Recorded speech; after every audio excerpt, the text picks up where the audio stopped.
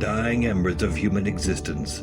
As the asteroid, a behemoth the size of Texas, hurtles relentlessly toward Earth, the world braces for an apocalyptic end. Deep beneath the bunker, a refuge plunges into the bowels of the Earth. Here the chosen gather, their purpose clear, to preserve the very soul of our civilization. The 35 and 70 millimeter prints that encapsulate the magic, the emotion, and the dreams of generations past. These masterpieces, each frame a testament to the human spirit, are carefully cataloged and cradled in the cavernous confines of the bunker. Perhaps there was room for more, for friends and family yearning for salvation, but sacrifices must be made.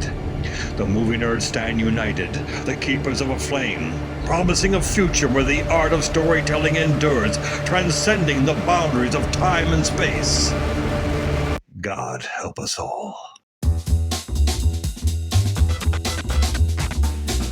Welcome to Back to the Framerate, part of the Weston Media Podcast Network. Join us as we watch and discuss films on VOD and streaming platforms, deliberating on whether each one is worthy of salvation or destined for destruction in the face of the impending apocalypse. You can find more episodes of this podcast on backtotheframerate.com, where you can subscribe and share our show, and find us on our socials at Back to the Framerate. I am Nathan Shore, and accompanying me are the extraordinary movie mavens Brianna Budworth and Sam Cole. Hello. Hey. Hello. Welcome back to the Wait pod, a minute. Sam. Sam Cole's on this podcast? Holy shit. He's a part-time host. Wow. How are you doing, Sam? Welcome back. Not too bad. Cannot complain for sure.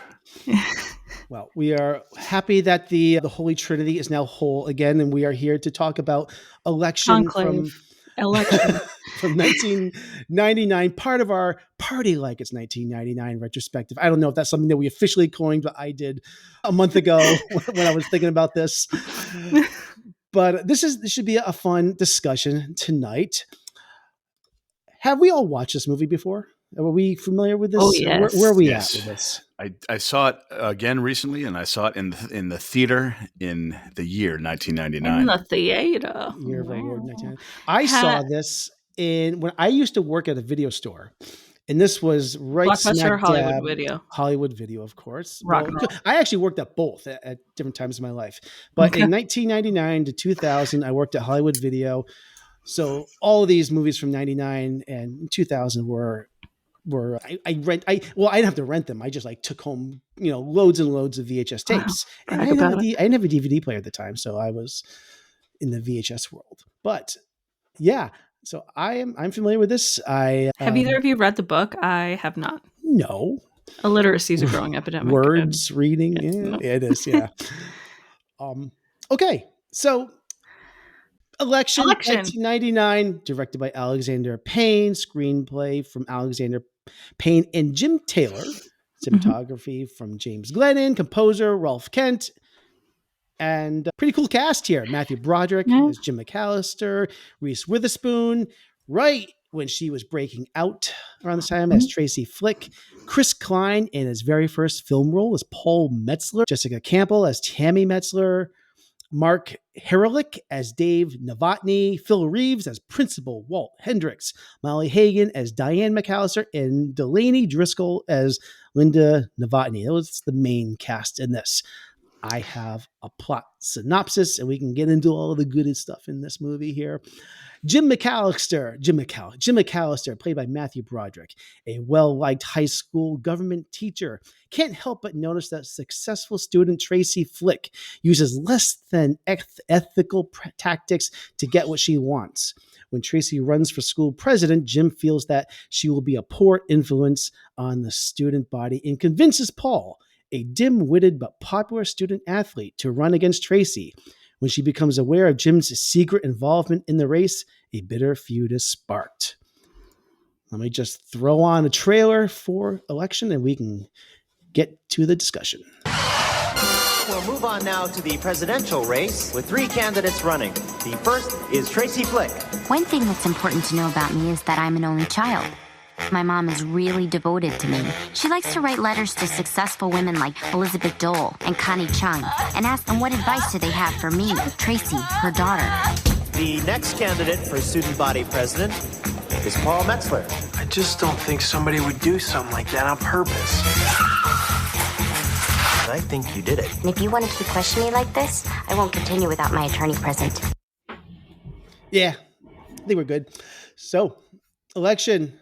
B, I think you were really, really pulling to review this movie. So Yeah. why? Tell us why. I love this movie. I think Tracy Flick is like one of the most interesting portrayals of ambition on screen. She's just such a wonderfully fleshed out character.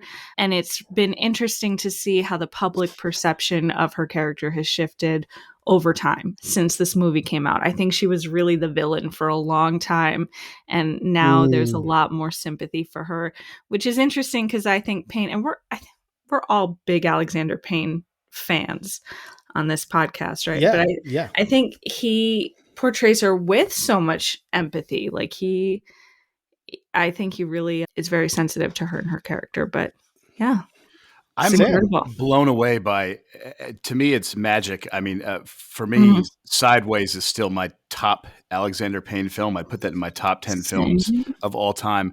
But his understanding of character blows my mind because at the beginning of this, it intercuts between Matthew Broderick and Reese Witherspoon. You just see their daily routines. Yeah. And within seconds, you know who these characters are, the differences in their personality, and that to me is magic. I know what he's doing, and he makes directing films look easy.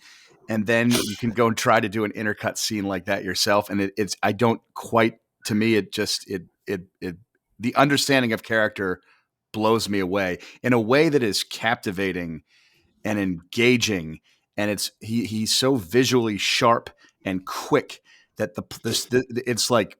His movies, it's like chewing like the best character bubble gum imaginable. Yes. I completely agree, Sam. I like how you also feel like you know who these characters are, but it also kind of subverts it as well, because I think, as you mentioned, B, I think as the public has, as we've have some distance from when this movie came out, I think opinions have also changed on Tracy Flick as a villain, and maybe that has flip-flopped over the years as well. And I want to get into that in a little bit.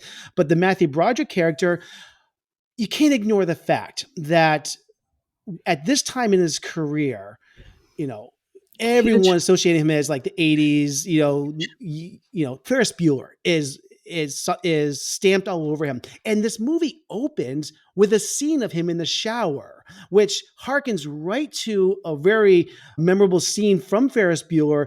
And might be the opening. Yeah, it is the scene where he's singing like in the shower. So already you're getting those vibes like, oh, I know who this person is. And it's a real deconstruction. At first, you're thinking this could be who Ferris Bueller is when in his mid-30s, but no, we are going to completely deconstruct somebody, and it's really a dissection of this midlife malaise, which is really, really depressing. It's brutal. Did either of you watch the commentary on this movie? No, I know it's on Criterion. Watch the commentary. And I really wanted to. I didn't have a chance. Super fun fact. Alexander Payne, at the time you recorded the commentary anyway, had not seen Ferris Bueller. That's fascinating. He was hiring Matthew Broderick. He saw him as kind of like his alter ego. And so he put him in the role, but he wasn't really aware that Matthew was doing this deconstruction. He was just excited to have someone go all in on this part. Yeah, fascinating. Because isn't that cool? I can see why Matthew Broderick would want to take the role. Like I could see why it was appealing to him because it's so different. But it's amazing. There's nothing bad direction would indicate too much. Like so and so is a slob. But you just know in the slightest gestures that he is casual, a little bit more sloppy, and Reese Witherspoon's character, Tracy Flick, as she's perfectly unfolding this table and getting to the school at like 6 o'clock in the morning. You're like, okay, she's incredibly organized. She's more uptight. She's insanely driven. Like not as much of a sense of humor. He's like middle of the road kind of. But it shows that so quickly that I think that it's the perfect movie to show to film students how to visually create characters, because I saw that and I was immediately said to myself, I know who these people are, and I've seen them on screen for 30 seconds.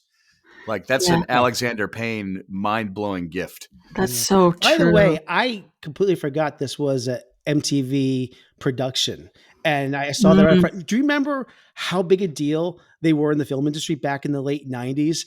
They actually used to play music videos. So. Yeah, but they were so cool, so cutting edge around this time. I mean, they gave us Joe's Apartment and Beavis and Butthead Do America, Varsity Blues, 200 Cigarettes in the South Park movie. They were really trying to capture a voice of a generation. And then even in the 2000s, they kept it going. Remember Pootie Tang? God. Zoolander. I mean, they so, and then they got like Oscar caliber films like Hustle and Flow. So they had an amazing run of movies in the 90s, and it really defined the era. So this was right smack dab in the middle of it. So I think it's got that cutting edge, like independent movie vibe. Like you're talking about how it subvert things, Nathan, but like it has shock value, realistic character moments, and like a perfect example of that. And like, I'm not actually going to repeat the line, but like when like Matthew Broderick's teacher friend, it just cuts to a close-up shot of him out of nowhere, and he's like, her bleep is so, and you're just like, whoa. Like, up until that point, it feels like we're in like a high school PG-13 movie, and all of a sudden it's like, I wonder, you can't say that to Matthew Broderick. You can't. That's what I'm thinking to myself. Like he's innocent. He's naive. You can't say that he's Ferris Bueller. He's too white American pure. And it's like, I felt bad for him that somebody would say that in front of Matthew Broderick. No, exactly. But like even the shock value is always in service of character. And Alexander Payne will have those shocking moments a lot. Like and really briefly, you're at like the hour and 40 minute into Sideways, and you go, okay, this movie has had a bunch of surprises. What else can it do? And then all of a sudden, Paul Giamatti is like getting Thomas Hayden Church's wallet from this crazy guy's house, and he runs out the door naked, and you're like, what? What? Yeah. This is a real black comedy. I think that's a term that gets thrown around with a little bit of disregard, but this is a perfect example of a really dark comedy. It's just done so well. And in the commentary, he talks about this was shot in a real high school. Yeah. That's how he found some of the cast and the extras. I mean, it was functioning. They were having classes while they were filming this movie. I mean, that is, to your point, Sam, really indie. Yeah, it definitely. I'm so glad they did that, because it definitely looks like it. I mean, I graduated from high school in 2000, and like characters in this reminded me, and plus because it's late 90s too, it reminded me a little bit of my own high school. Totally different, but it had that 90s vibe of 90s high school, and I was like, wow, oh my God, I'm transported here. Yeah. I think the fact that it was a black comedy, I mean, we all heard the trailer. I don't think they really knew how to market this. It did not do well in the box office, and I think all they could do was try to market this as like a high school comedy. And it's not that at all. In fact, this is not, I don't think, geared toward that. This is really, I feel, geared toward an adult audience, really, because it's complicated. It is complicated. And you've got your main character is a man in his mid-30s going through a midlife crisis. And that's who you're really with. Or if you, I guess, are in high school, you've got this other young girl, and that's also a very complicated story as well, where she is dealing with, relationships with teachers and statutory harassment from teachers. Yeah. And it's like, my God, like, who is this movie really for? How do you market this? So it's no surprise to me that this movie probably was like, it was a hard sell. I totally hear that. Oh, go ahead, Sam. No, I was just going to say, I totally hear that. And like, the thematic element of the movie is embedded really early when Matthew Broderick's talking about ethics versus moral. Yeah. And then he's the one that betrays his own like MO, you know what I mean? Yeah. But then you kind of sympathize with him because he's flawed, but it's like, man, this guy is having a rough time. He's kind of a I mean, he's Yeah, I don't have a ton of as much sympathy for the Broderick character, but even before the conversation on ethics, we see him cleaning out the refrigerator, and he misses the trash can with the Chinese food, and I just think, wow, what wonderful foreshadowing is that. There's so much garbage in this movie that's being thrown away. She uses the trash can to rip up the posters. I mean, it's just, yeah. And then the maintenance guy gets him in trouble because of that. Yeah. I'm so happy that's paid off. Yeah. Yeah. So good. Well, a few things here. So I think we need to talk about like how the thing instigating moment in this is that Tracy and Jim's friend from school, another teacher, we find out they are having this affair.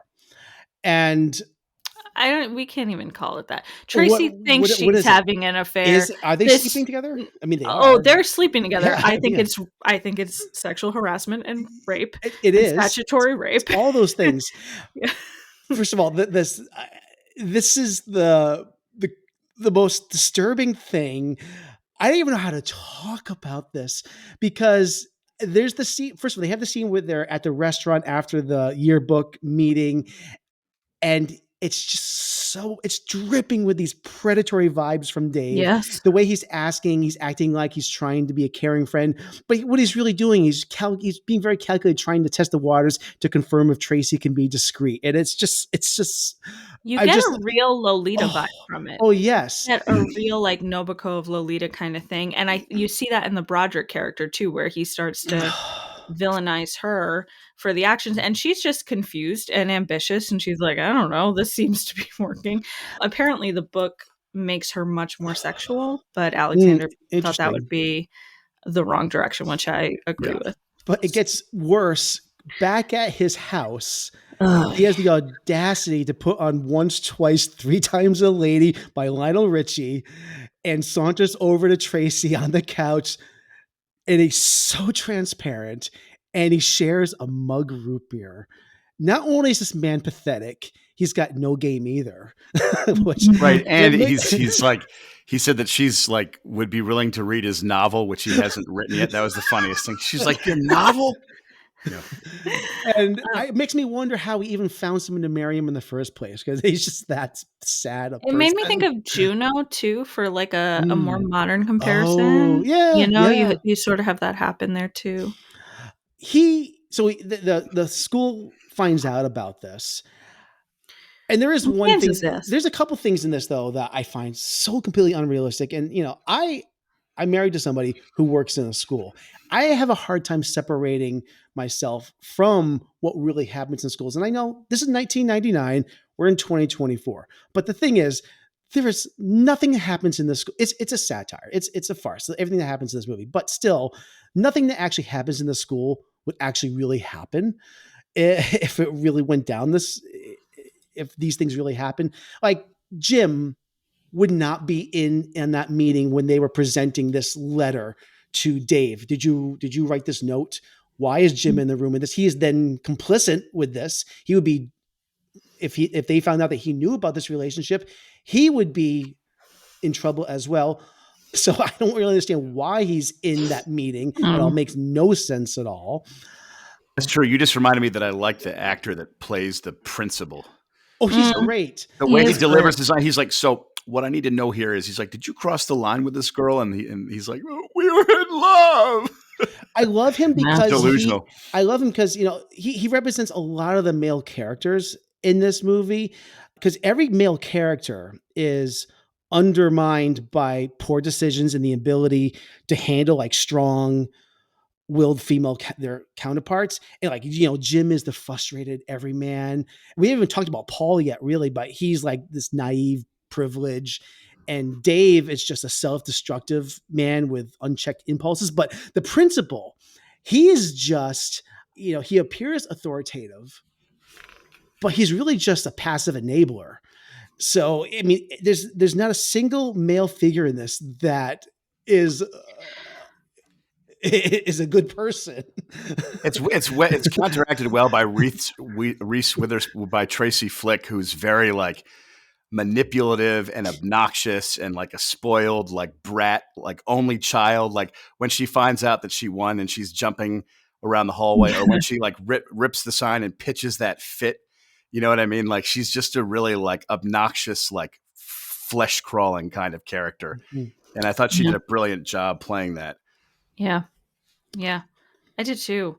I think Reese is amazing in this role. She totally, like, the way she just holds her face in this movie, you can just see so much emotion in it. And she is a brat, and she is manipulative, and she's also like 15, and but the movie kind of puts the men on the level of a 15, 16-year-old emotionally. Like, sure, she can't handle anything, but neither can the adults in the room, which I think is the greater sin. But she's hard to root for sometimes. I could root for Matthew Broderick's character. I just felt that he made some poor decisions, but I definitely hear that. I also think when he throws out the 2 votes, why did he put them in the trash? If he had pocketed those, he would have been scot-free. He could have gotten his life back together. I hate it when that happens to him. Well, I've done a real 180 on a lot of this, because I think Matthew Broderick, Jim's character, is set up to be like the protagonist in this, but he just sinks lower and lower, becomes more pathetic, and there's nothing really redeeming about him. His marriage is a disaster. He's trying to convince himself that he is a good teacher and he has a good job, but is he convincing himself or is he convincing us? And I think it's even underlined at the very end. We haven't even gotten to the end, but like we should later on, because he's teaching. He says he's a teacher at the end of this movie, and he's proud of that. But he's not teaching. He's giving tours at a museum. That's a perfect example of like Alexander Payne, because he presents characters that you think, okay, he's going to be the protagonist, but then he falls into these pathetic, like flawed, like the characters and like that are in Sideways or About Schmidt. They're these people who are really like they when I say 3-dimensional, they're very like really flawed, or like when he gets like stung by the bee and he's all like pathetic. It's like, oh God. And who have opinions of themselves that directly, like diametrically oppose their day-to-day actions. Exactly. Like, you can be sympathetic towards someone who's stuck in a rut with their career, who's stuck in a rut with their marriage, but then he finds out his friend is raping a student. He sleeps with his friend's wife who left him. I mean, and somehow he's still painting himself as this kid. Her running for student body president has ruined my life. And I don't know that that's true. Well, I agree. Yeah, go ahead. I don't think he has the emotional intelligence. I think that with everything going on, he's like, you know what? I have to put a stop to this obnoxious kid. He thinks he's doing the right thing, but he can't see what he's done. He can't see it. Like, I think my thought is that what's really going on here is that Tracy represents everything that Jim is lacking. He is a middle-aged man. He is working. He's been at the school for like 12, 13 years, and he realizes that this is all his life is going to be. And what's really bothering him is he's jealous. He sees someone so young, so determined, and he can't stand it because he feels that like he's stuck in his own life, barely keeping things together. And Tracy's out there making things happen, pushing for what she wants. And Jim's just watching, feeling like he missed his shot. That's why he's coming down so hard on her. He's just mad. He's not just mad about the affair that he had with Dave. He's threatened by her success and her fearlessness. She's everything he wishes he could be, because he is just a pathetic loser and he's jealous of her. I think that's a great read. I do. I think he also thinks that she has life handed to her on a silver platter, and is trying to like knock her down a few notches and be like, she has to grow, as a person. I think he does think that. And I think this movie has every male in it. There's some like deeply rooted misogyny in the men, in every single man, where he's like, oh, Tracy, because he says explicitly that, oh, things are easy for her. She just had this. She's got to, she's got to learn to work for it. If I don't take away this win from her, then she'll just get everything she wants in life. And then he goes and picks like the captain of the football team, conventionally attractive, popular jock to run against her. And it's the same thing. Can we talk about Paul? Yeah. Let's talk about it. Paul.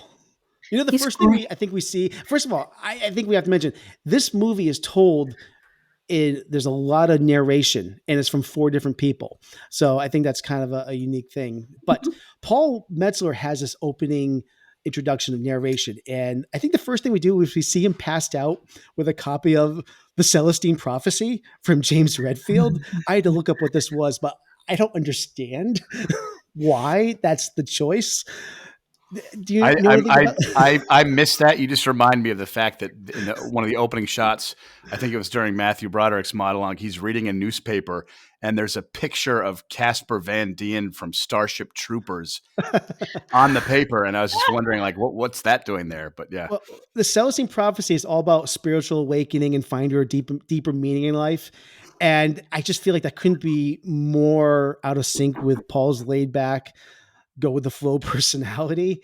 Yeah. So, exactly. That's the thing. All the characters, every character in this movie is flawed, and their inner monologues are so realistic because you see what everyone's thinking, and everyone has these thoughts in real life, but when they don't say it. So when you hear it out loud in the form of a monologue, it's like shocking, but it's hilarious because it's like deeply truthful. I'm guessing that he never even opened a book and fell asleep before he started reading it. Is all I could think of. But he is, he's so adorable is really what it is. He's so naive. He is one of my 2 favorite characters in this film. Is he playing the same character he does in American Pie though? Like Ostreicher? I feel like he could be going to the same school, playing the same role. He's a little bit more naive than the character from American Pie, but I feel like it's pretty much like the same guy. They were so close together. I mean, like American Pie was like later that summer, and like in American Pie, he's a little bit more savvy, but it's almost like when he was cast, they were like, "We'll cast this type." Maybe they saw dailies from elections. It was like, who knows? But yeah, they found him at the high school and chose to cast him for this, chose to have him read. And I think he does a fantastic job with this because he's given a lot to do, but it's all just very like earnest. He's the one character who's really just earnestly trying to do some good. Yeah. No, exactly. And I love it when he gives his when he gives his speech to want to be the like school president, he just mumbles and he stands there and everyone is silent. I thought that was really good because it shows that like, yes, he's an athlete and he's this and that, but like his public speaking skills are 0. Actually, I thought that it was a terrible speech, but that the high school was going to eat it up because usually they don't have very high standards for speeches. I thought they would too. Yeah. I liked that we got the apathetic sister, which by the way, that whole B plot where, Paul has a lesbian sister, Tammy, who she is so good. She feels like the only real person in this movie. I feel like I wouldn't say I necessarily relate to her, but like she feels like somebody that actually has like, I love her ending, like the way that her story is sewn up, but feels like somebody that like I knew that person in school as well. I didn't know that actor had died. That was a surprise to me. Really? Yeah, she died at 38. Jessica Campbell. Yeah.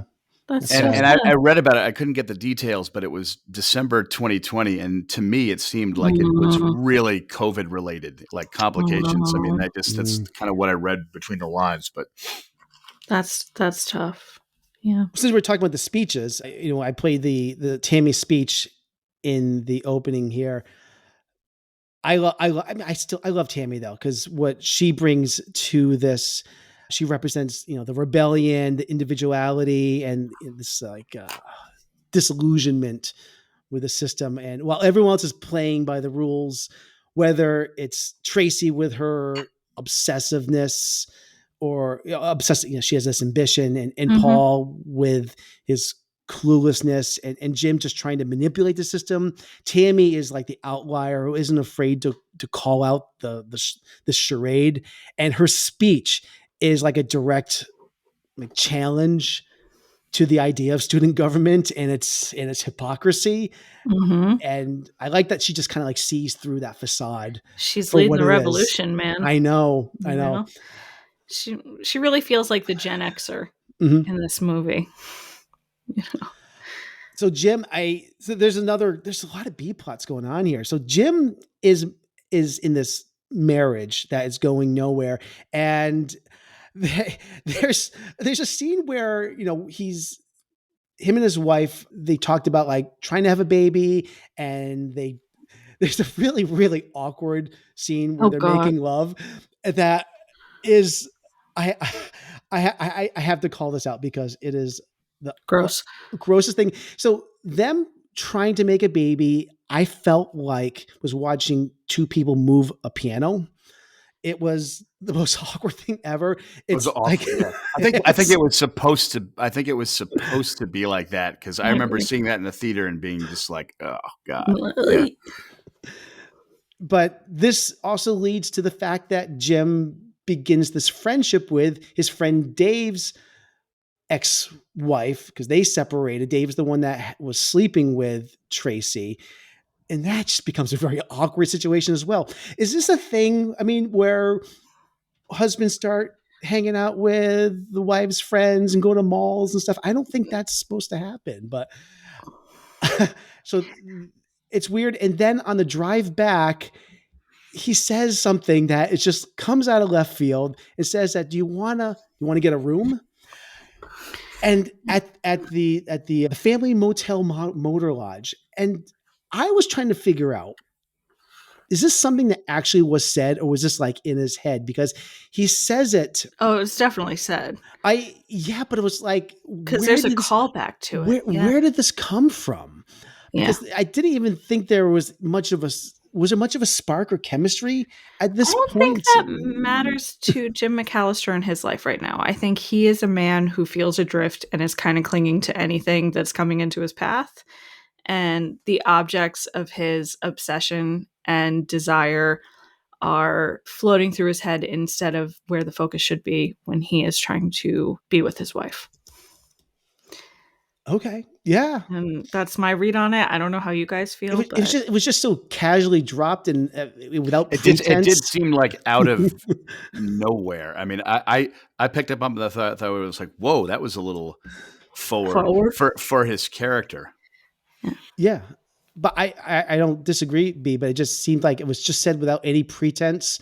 It was like, is that like one of those things where like it's in his head or something like that? But no. And then it's like, you think that there's I sense no sparks whatsoever. And then there were sparks between them later on. Mm-hmm. And then she ratted him out. So I was like, well, I guess there were no sparks, but yeah. Mm-hmm. Yeah. I don't understand the point or she felt guilty the motel, because didn't they already hook up at her house? No, not before then. I didn't. I thought they did. I thought they made love at the house. They hooked up at the house, and then it was like, hey, let's actually. Then she said, meet me at the hotel. Oh, that's right. So he got all excited about it, and then went to the hotel and like set it up. That was after he had made that awkward comment, right? Yeah, after, because they hooked up at the house, and then so he goes there, and then that was cringe-inducing, where he gets there at the 3:30, and then it keeps calling her and calling her and calling her, and you're just like, oh, this is not scrubbing the bathtub in his underwear. I was like, this is. I felt gross. I felt gross. Yeah. Yeah. Oh, well. Anyways, I love the touch that Jim drives a blue 1991 Toyota Tercel, which is the automotive equivalent of a ham sandwich. It's just, it gets the job done, but it's just lacking any shred of excitement or flavor. It's just like Jim's sex life. Yeah.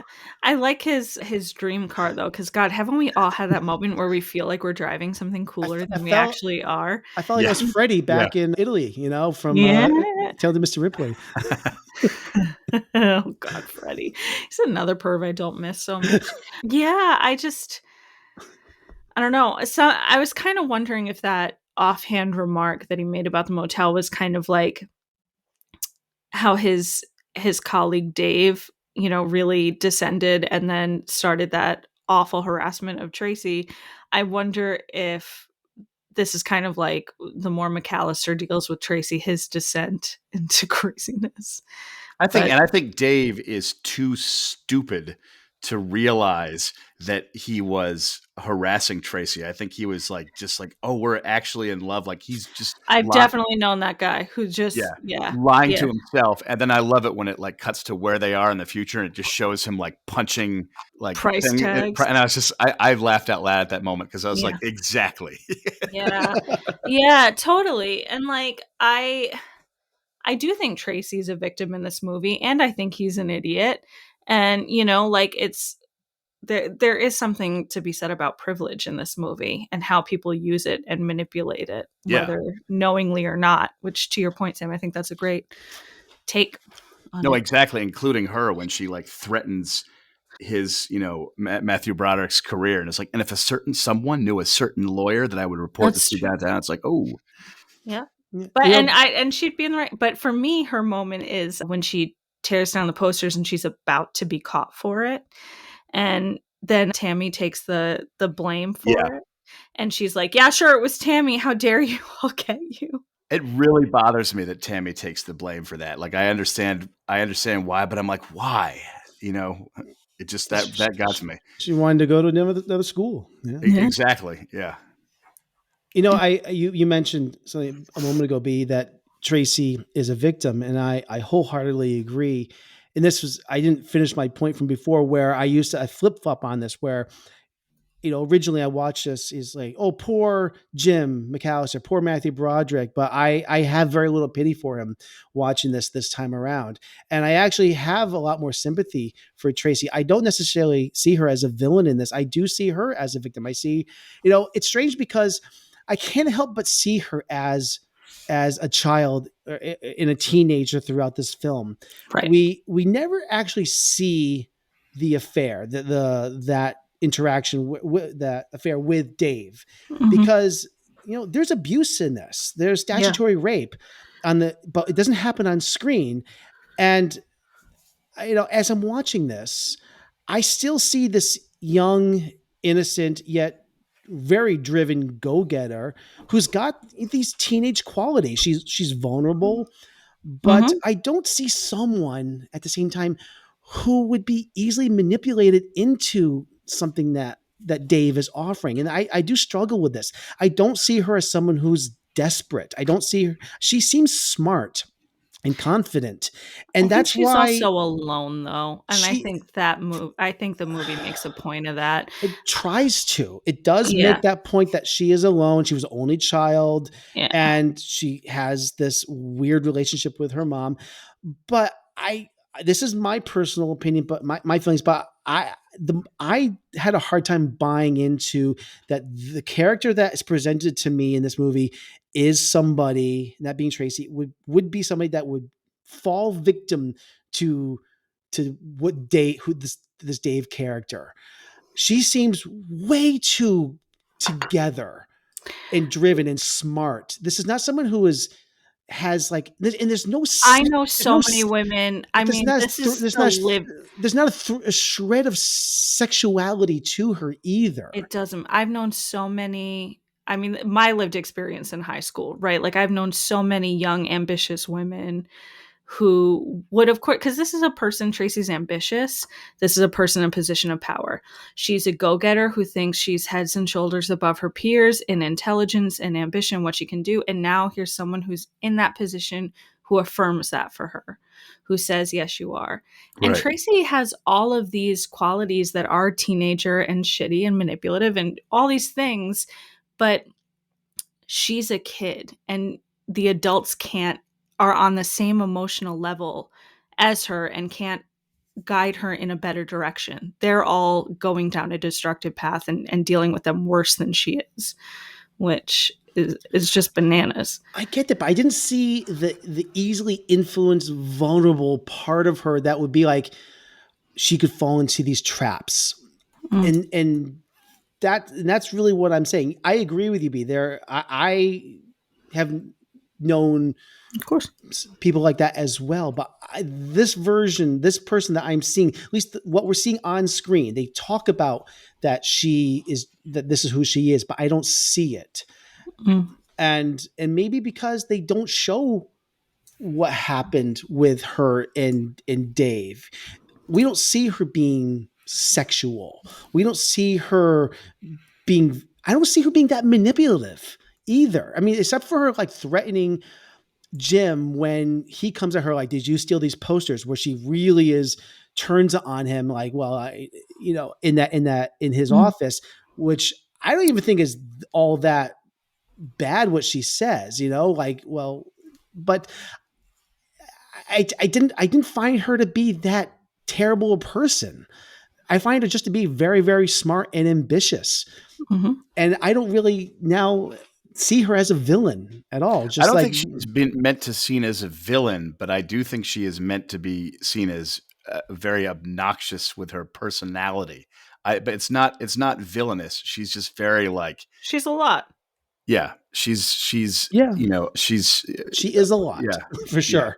Yeah. And I also don't think the movie roots for Matthew Broderick, and I don't root for him, but I think the point is that the whole point of the movie is that good people can screw up. You know what I mean? Like it's like, I mean, and so Matthew Broderick is like, you kind of like him, but he's also flawed, and he gets himself into this ridiculous mess. So it's like everyone is kind of, there's no one comes out of this film a hero. It's just like, humanity is a mess.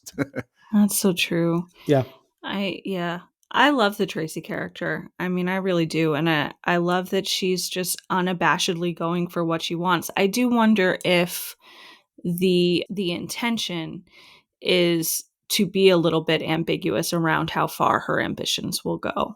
Oh yeah, definitely. I think so. Yeah. Which for me, I don't read that part that way. I do see her as the victim, but yeah, she's just the only thing that she also does. That scene with her mom too. You see how bad her mom is when her daughter's crying, and her mom is like, "Well, maybe this is the reason why you screwed up, or this is the reason." And it's like, That's "Oh, okay, so you're one of those like pushy like stage moms." Yeah, exactly. Yeah. Yeah. Sorry. The only thing that she does that would be kind of contemptible would be that she tore down the posters, and kind of a fit of rage, and who really cares, honestly? Yeah.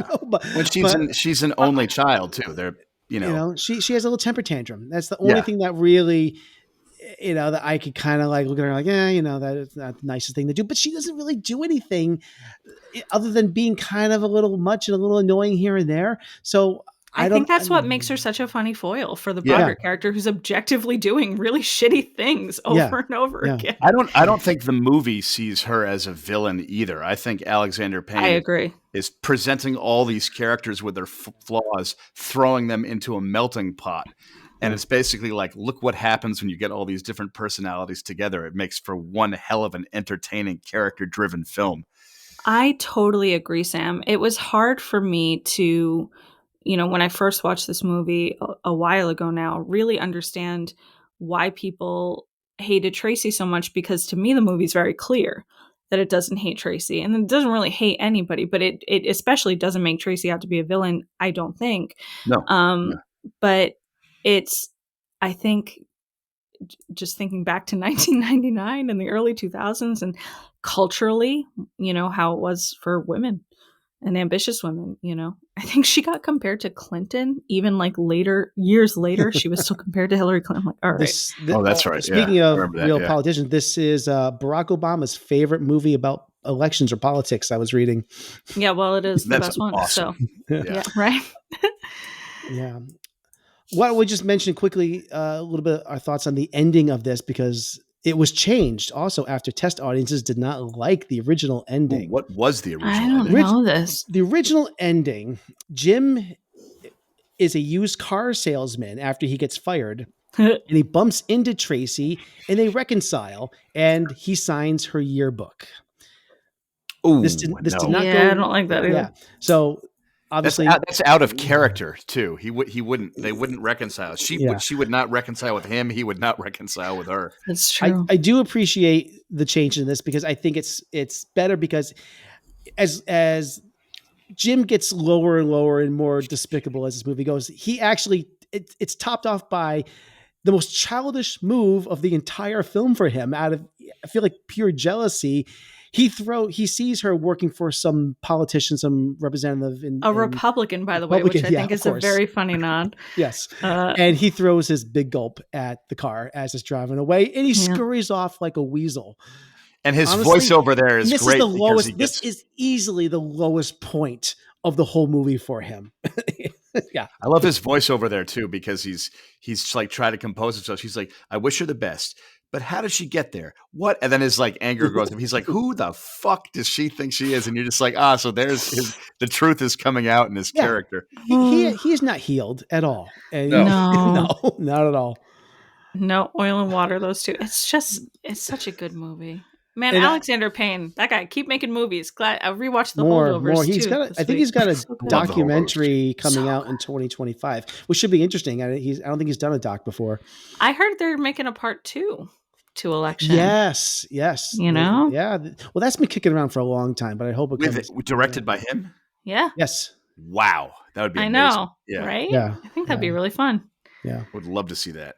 Yeah. There's 3 Sideways novels. I wanted him to do the other 2 movies, but I can understand why he didn't, because it's lightning in a bottle, and it's such a perfect impossible movie to recapture that. I totally understand it. I'll put it this way: I sympathize way more with Paul Giamatti's character because he's flawed but he's not a morally bad. He's just a depressed, like neurotic, like, he could work harder on his novel, but yeah. Yeah, he's more self-destructive than he is outwardly destructive. The Broderick character feels destructive. Yeah. And the destructiveness of the Broderick character sneaks up. Like, he does things worse and worse, and you're like, wait a minute, he just interfered in the election. Like, that's like that he thinks that he's the good guy, but he's not. Right. And that's and that becomes clearer later on.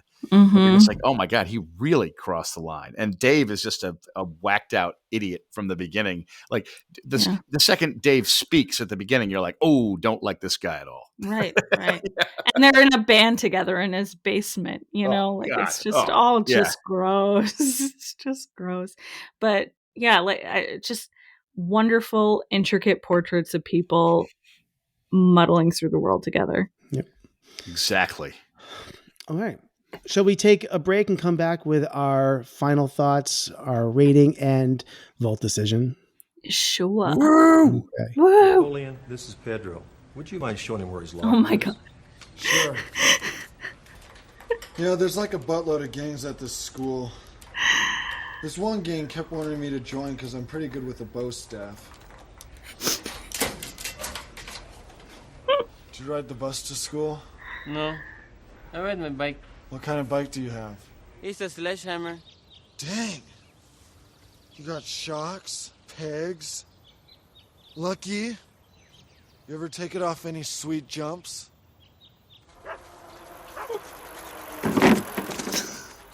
You got like 3 feet of air that time. Can I try it really quick?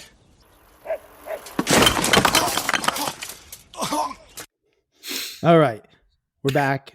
We're going to do our ratings and our vote decision. But first, just want to thank all of you for joining us today on our podcast. If you're enjoying it, please hit the subscribe button to get new episodes in your feed each and every week. We don't have a budget for paid advertising, so we rely on you, our listeners, to help us spread the word. The best way to support us is by posting it on social media, or better yet, tell the people in your life who love movies about our show. You can find us at backtotheframerate.com and follow us at Back to the Frame Rate on Facebook, Instagram, Threads, TikTok, YouTube, and Twitter. Lastly, we would be incredibly grateful if you left us a 5-star review on Apple Podcasts or Spotify. You could just pause the show right now, go to those platforms, leave it. We'll still be here. Thank you for your support. Okay. We're going to do our final thoughts on this and our rating. Who wants to go first here? Sam, thank you for volunteering. I actually was just about to volunteer because I usually always avoid the. I would give this movie 4 stars, and I would say 100% yes to The Vault. Mm-hmm. Okay. B, why don't you jump in there? What are your final thoughts, your rating, and your Vault decision? Love this movie. Love Tracy Flick. I'll pick Flick any day. 4.5 for me. And yeah, to The Vault. We need something funny to watch while we're in there. Okay. Excuse me. Can't just be Yakuza all the time, guys. Yakuza. We only knew each other an hour. I'll expand just a tad before I give my rating. I think this movie is a real oddity. I know it has a devout following, and I respect the film on a level where its quirkiness and bizarre tone are constantly playing this tug of war, both with laugh out loud lines of dialogue, but also some extremely dark themes with infidelity and statutory rape between a student and a teacher, and it ping pongs between these types of themes with this real laid back attitude that honestly you're either on board with or you're not. For me, I laughed out loud a decent amount of this film, and I like digging into this movie for the podcast. But I'll have to say, I didn't take a lot of pleasure in watching. I feel really awkward watching this movie. It's almost kind of like watching the film Happiness, which is a much darker film. Oh, I like this so much better than Happiness. Sorry. I like Happiness, but it's like, I feel kind of like that pit in my stomach while I watch it. Like I'm watching just miserable people do miserable things. That's a much more extreme version, but I get a similar kind of vibe out of this, that it's almost like it's pointing in that direction. So, and it might also because I have a hard time relating to anybody in this movie also. So I had a hard time vibing with this. I'm still giving this 3.5 out of 5 stars. So it's not even on my upper tier Alexander Payne. It's probably sixth because I like so many of his other movies a little bit more. But this is a director I adore. So even middling Alexander Payne is still really good. So, but because that I'm saying no. Okay. It's not my favorite Payne's, but because you two have already said yes, it does go into the vault. Nice.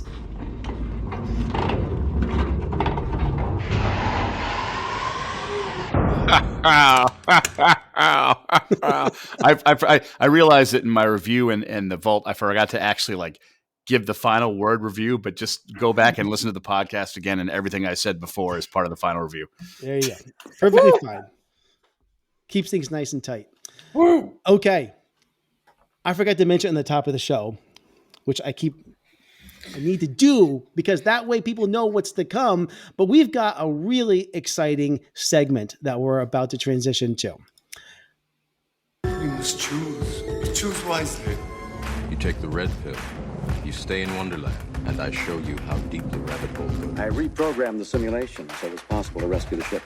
Yeah. You cheated. I don't like to lose. Call it. Kobayashi Maru in the house. We are in the middle of our 1999 retrospective. So therefore, we are going to have a 1999 movie draft. Woo! Woo! Do it, Sam. Woo! Woo. Come on. Okay, there you go. Okay. I should have had the clip queued up. Anyways, so if you remember a year ago, we did this with a 1984 movie draft, which was a lot of fun. So I think this would be pretty cool. Mm-hmm. The whole idea of this is that we draft films. If a film has been drafted, nobody else can draft it. So that should be self-explanatory. Okay, let the games begin. Sam, to you, what is your number one pick in the 1999 movie draft? The Blair Witch. Damn it. I love that film. Yeah, it still terrifies me, actually. I made Tom watch it for the first time. Oh, really? What do you think? I don't know why it works so well, to be honest. Didn't like it. Well, there's so many other movies that try to do that thing, and it really scares me. It's scary. Did you, when you saw it for the first time, did you see it in the theater for the first time? Saw it in the theater, yeah. Did you think it was real? No, I never thought it was real. I just was so impressed by it. And I remember coming home to my home in Massachusetts and like listening to the crickets in the woods and just being kind of like in the world of the movie still. Yeah. The theater that I saw it in, I think their air conditioner or their central air had died, and it was about 110 degrees. Oof. It was rough to watch. That is rough. Yeah. Good. All right. We open strong. B, what is your number one pick? Ghost Dog. Ooh. By Jim Jarmusch. You went early for that. I knew you were going to take it. It's one of my favorites. I gotta have it. Okay. Well, by the way, if no one's seen it, watch it. One of the best soundtracks, one of the coolest movies, incredible performances. Yeah. Just go watch it. Yeah. All right. I have my second and third pick. Well, my top tier, I had two movies, and I get them both. So it doesn't matter. I'm going with The Matrix. And for the first round, and right after that, I'm going to take Fight Club right after that. Oh, you can have it. Okay. That's fine. So Matrix and Fight Club are mine. All right. So I'm next. You are next. All right. I'm sticking with the kind of indie feel, but it's just true to me. One of my favorite 99 movies. Kind of in the same vein as Election but I'm a Cheerleader. Oh, okay. Okay. That movie's so funny. I haven't seen it. We talked about, didn't we talk about doing that for June? Yeah, we did. It's great. You can watch it any time of year, though. Yeah, it's still good. All right. Excellent. Sam, you have two picks to you, second and third round. Second and third round. One is The Insider. Oh. If you light up, you're going to get your fix. And let's see. And, well, two would be Magnolia. That was on my list, yeah. Magnolia. So good. Okay. I'm excited to talk about Magnolia with you guys. It's going to be so fun. That'd be fun. Well, fun might be strong. It's going to be something. All right. For me, my third pick, because I just want to get movies with endlessly hot people, is The Mummy. The Mummy. Okay. Mm-hmm. Mummy. It's a movie I haven't seen in 20 years. And I always felt like it was so derivative of like the Indiana Jones films. Do you feel that way now that you've seen that franchise? Yeah, probably, but I saw it first, so I don't care. Okay. You know? Also, The Mummy's a lot of fun. It's a fun. It's so fun. And like I said, and I cannot stress this enough, everybody in that movie is hot. Rachel Weisz, hot. Brendan Fraser, hot. This is important. Okay. All right. I have two picks here. So I am going with maybe my favorite Spike Jonze movie, Being John Malkovich. That was on my list. That is going to me. I love this film. Although I haven't seen it in ages. And like I keep thinking like, I got to watch it again. It's probably been, again, another 20 years since I've seen it. But I had such a good time seeing this. Yeah. And I think it changed movies. Like I'd never seen anything quite like it before.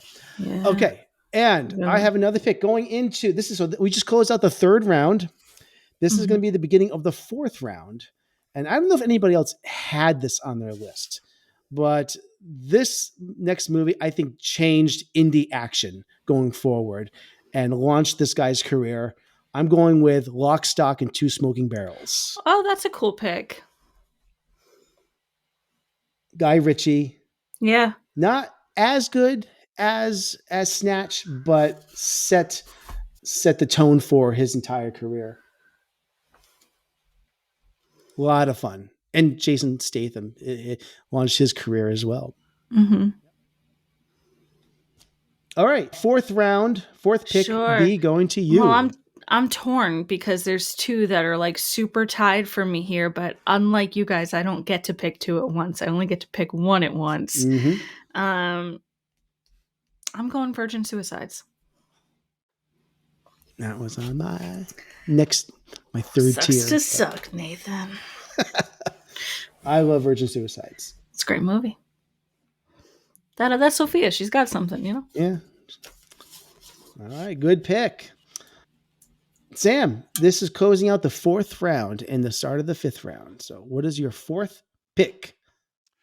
The Thomas Crown Affair. Another one I wanted.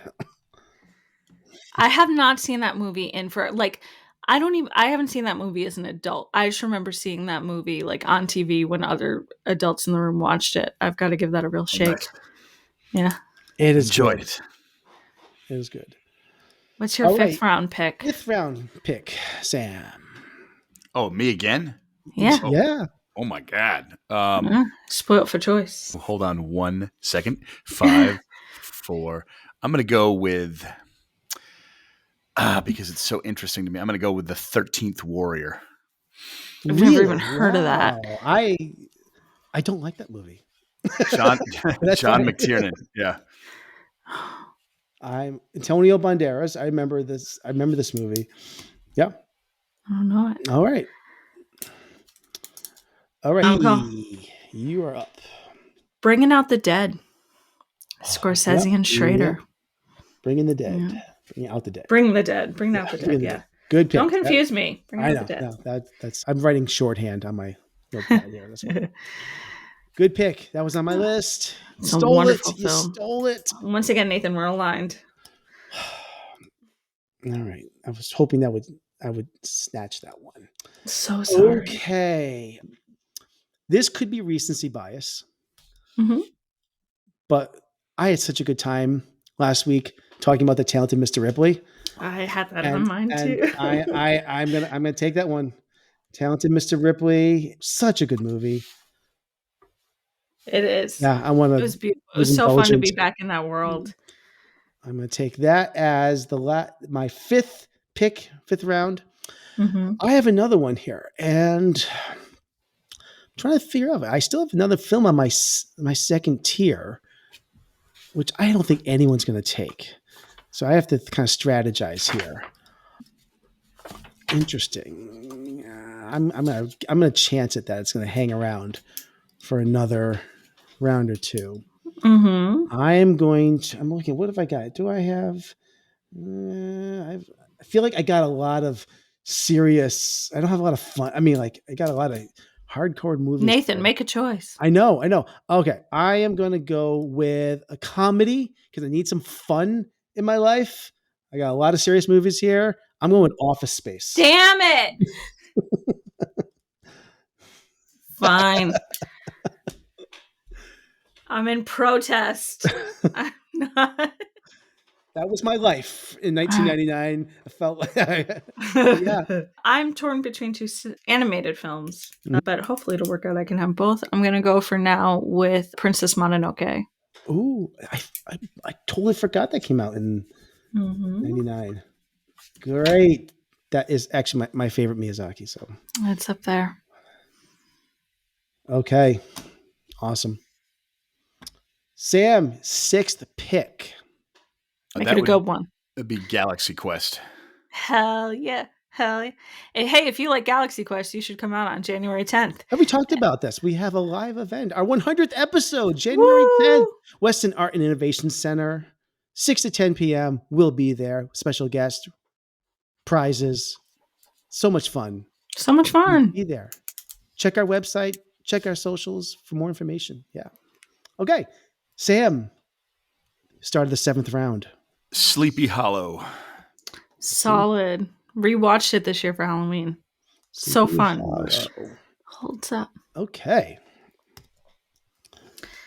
All right. It's back to me. It is. That's so hard. I'm going to go with a movie I saw on TV 700 times, The Green Mile. I want to revisit it. Every time I think about putting that on, I look at the 3-hour Great movie. runtime and I'm like, I gotta like power through, and I haven't done it. I loved it when I saw it in the theater. I saw it 800 times, and it's just so sad that I almost never want to rewatch it. But it was one of those, that and The Shawshank Redemption were just playing for me all the time. Okay.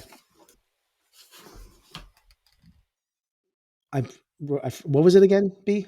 The Green Mile. Green Mile. Here it is. Green Mile. I just had to. Okay. 7th pick. I got 4 movies left here. I gotta really think this through. Oof. I got a comedy last time. I feel like I need more fun. But this is not gonna be a fun pick. This is gonna be actually a movie that is one of my favorite Spike Lee movies, which I really dig, and that is Summer of Sam. I've never seen that one. I really love this movie. And it's the movie that I think I consider to be Adrian Brody's breakout as well, as what I discovered him. And it's not a very big role for him, but he is fantastic in it. And it's really, really great. I think it's very underrated. I'm guessing nobody was going to take it, and maybe I took it too early. But all right, so Summer Sam. Okay, next up. You took a really good. There's only one other animated movie on here. I have to take Toy Story 2 because it is a fantastic Pixar movie, and I want a little animation. I want some more comedy. I want some more fun on my list. I'm going with Toy Story 2. Really good Pixar movie. It's a great movie. It was not my animated movie, but yeah, that's a great one. Yeah, but you took the Mononoke one, so I got to take something. Yeah. All right. B. Back to me. 8th round. So I get 3 more, 8, 9, 10. I'm going to go with Run, Lola, Run. Love Run, Lola, Run. I saw that in the theater at the Nickelodeon in Boston. So good. Yeah. Great pick. I love that movie. Yeah. Super fun. Right. Yep. Sam, it is the 8th round. You got 2 picks here, 8th and 9th round. Okay, I'm going to go with October Sky. Ooh. And Jake Gyllenhaal. Early Jake Gyllenhaal, right? Yeah. I'm going to get slammed for this one. It's coming. Phantom Menace, right? No, this movie's a guilty pleasure. But here we go. Bicentennial Man. Oh, I thought about it. UGLY. I gotta say, I have never seen it. Oh man, I love it, and I love the Celine Dion song, and I just suck. And it got terrible reviews, but I highly enjoy it. Oof, all right. Did that take me up to that was 8 and 9 for me, right? Yep, 8 and 9. We are up to B for her 9th round pick. Let me guess, B. Wing Commander? Just kidding. Analyze this. All right. Fun movie. Fun comedy. It's a like when the guy mispronounces consigliere. It's fun. It is a comedy. You're like, technically it's a film. Okay. How do I want to wrap? This is the thing. Now I got 2 picks. I got to like wrap up my whole list with these 2 picks. And I want my list to be well-rounded. And I feel like it's not equally weighted, but I don't know. There's a movie here I really love, but it kind of falls into a lot of the themes of other things. There's really heavy dramas in here. I need an action movie. Well, I have Matrix, I have Fight Club. I'm going to go a little deeper into my list and grab something kind of just silly, stupid, but it's a movie that is a guilty pleasure for me that I can't not. Anytime I see it on TV, I have to stop what I'm doing and watch it because it is just so stupid and so much fun. And it's Deep Blue Sea. I almost put that on mine. That's a great movie. And it actually is like a really low tier on mine, but it is just it's so much fun. ridiculously fun. So I am going with Deep. Is it Deep Blue Sea or The Deep Blue Sea? I forget, but just Deep Blue Sea. Deep Blue Sea, because there is The Deep Blue Sea, which is a completely different film, which came out around the same time. Okay. All right. So that's my 9th pick. And my final pick. I got to think here. Oh man, there's some big ones still on here that, and I realized I feel like the stake should be that if I don't pick these movies, I will never watch these other ones. I'm looking at it that way. All right, here's what Disney Channel original movie Johnny Tsunami. Is that what you're thinking? This is what I'm gonna do. I'm gonna pick what I feel is the second best. Okay, so Sam, you took the best Pierce Brosnan movie of that year, but I'm going to take the second best Pierce Brosnan movie of that year, and that is his second best James Bond entry, and that is The World Is Not Enough. I think it's the second best one, and it's a really good James Bond movie after GoldenEye. So I'm going to take The World Is Not Enough. It is. I do revisit that one every once in a while. I revisit Tomorrow Never Dies about 12 million times for some reason. That's one I don't. But I love that one. I get that one. Wait, I get The World. Tomorrow Never Dies. The World Is Not Enough. No, I am right. I like this one. Yeah. Okay. The World Is Not Enough is the one with Tomorrow Never Dies is Lucy with Michelle Yeoh and Jonathan Pryce is the villain. I love that one. I think The World Is Not Enough is. I've never seen this movie that you guys are talking about. We're gonna have to do a Bond retrospective. Oh, that would be so long. Not like all of them. Okay, maybe. Movember. Maybe. Nathan, I don't expect you to like it better than The World Is Not Enough, but revisit Tomorrow Never Dies once, and I watched it in the theater. I watched it again like a couple years later at home, and that's the one that has to do with like a newspaper? Yeah. See, interestingly, I prefer that one to. Denise Richards really bothers me in The World Is Not Enough. I mean, she's okay, but she's just like, I hear you though. Okay. Critics liked it. I mean, yeah. I wanted some variety. Okay. It sounds like a pretty flatline pick. I'm torn between two. Do I announce what they both are and give you two the power to decide? Because you want to give us we can pick for you. Yeah, maybe. Election. I do just love this movie. Of our 99s, this is a movie that I just could go back to again and again. Or Buena Vista Social Club, because I love having some Vim. So I could do either. I don't know how to pick between those. Those are like I know they're totally different. They're totally different vibes. Let's go with Election. Recency bias. Here's what I will say. I have not seen the movie Buena Vista Social Club, but I've listened to the soundtrack so many times. Yeah. So I love the music, but I've never seen the actual film. Yeah. So I like the soundtrack more than the movie Election. I'll tell you that. I love the movie Election. I think I'm going to pick Flick. Okay. All right. Pick Just Flick. had to work it out with you guys. Okay. Election is your 10th and final pick. Sam, you have the final pick of our 1999 and it's Disney draft. Channel original movie, Johnny Tsunami. And Three Kings. Phantom Menace is still out there. Three Kings. It was like The Sixth Sense. And Three Kings. I thought you were going to go like End of Days or come on. Three Kings. That's a good I'm pick. surprised did either of you do Any Given Sunday? Oh, fuck that movie. Okay. Yeah. Oh, all right. Yeah. All right. It's on my 5th or 6th tier. I don't know if it holds up. I'd have to watch it again. Yeah. I don't know if it holds up. I mean, Al Pacino gives a really audacious performance in it, and he's fun in it, but I haven't seen it in a while. The one movie that I kind of danced around that I didn't do was Man on the Moon, which is a movie I love. I love that movie. Yeah. And I would have picked that. I forgot it was 1999.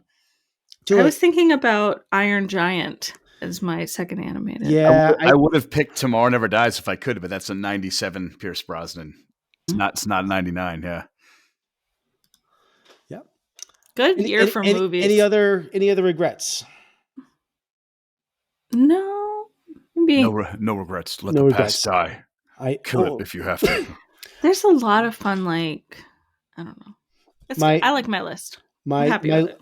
The only thing I told between, if I didn't pick Lock, Stock, and Two Smoking Barrels, it was either going to be that or the Boondock Saints. So those were my two choices. Picked the right one I think I picked the right one there. Yeah.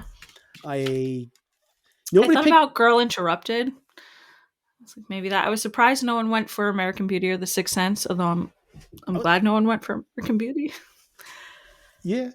You know what? I feel bad. At the time, I liked American Beauty when it came out. Sure, will say. And I wonder if is it one of those movies that we're not allowed to like anymore? I don't think that's a thing, but I think if you had a hard time watching Election, maybe don't revisit it. Yeah, for some reason, like American Beauty, if back in 1999, if I were to watch American Beauty and Election, I would have been totally team American Beauty versus Election. I can't explain why. It's maybe because I was at the time a big fan of Kevin Spacey. I thought he was a fantastic actor, and I think most of the world would agree with you on that. Yeah. At that time, yeah. In hindsight, it is maybe the cringiest movie there is. What's the director is amazing though. It's Sam Mendes. Ball? Yeah. Oh, Sam Mendes. Yeah. Was it Alan Ball or Sam Mendes? It was Sam Mendes. Yeah. Why am I thinking Alan Ball? But you're right, Sam Mendes. Okay, you're right. Yeah. Okay, you're right. Yeah. Okay. Yeah. I also thought about The Limey. I've never seen it. Really good. Steven Soderbergh. Yeah. Terrence Stamp.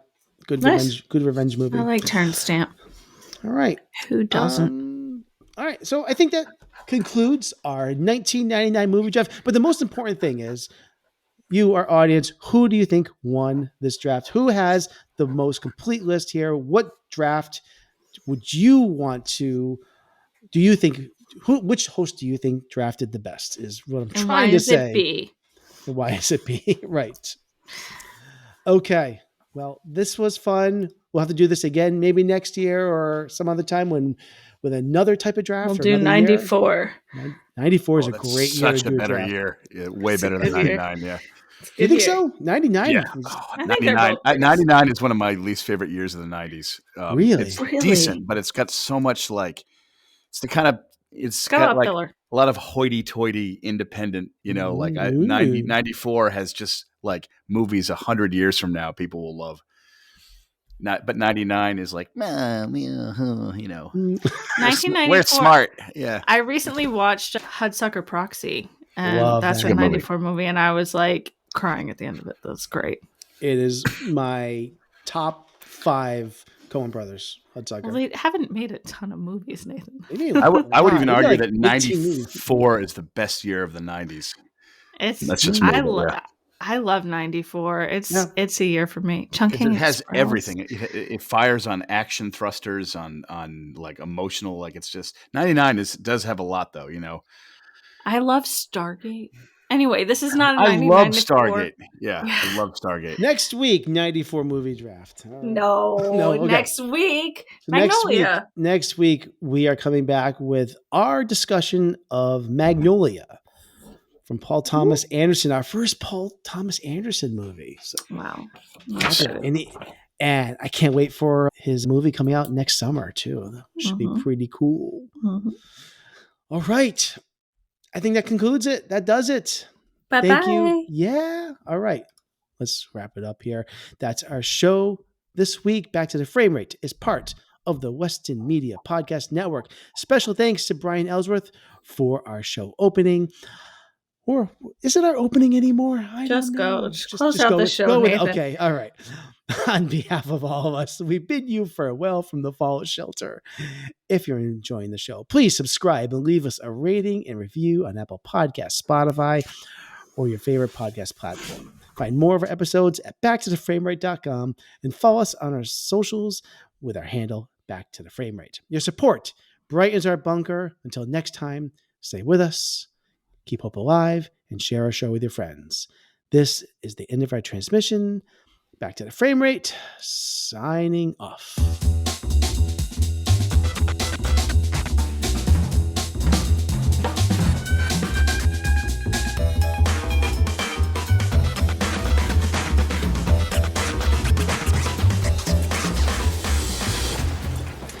want you to know it's over.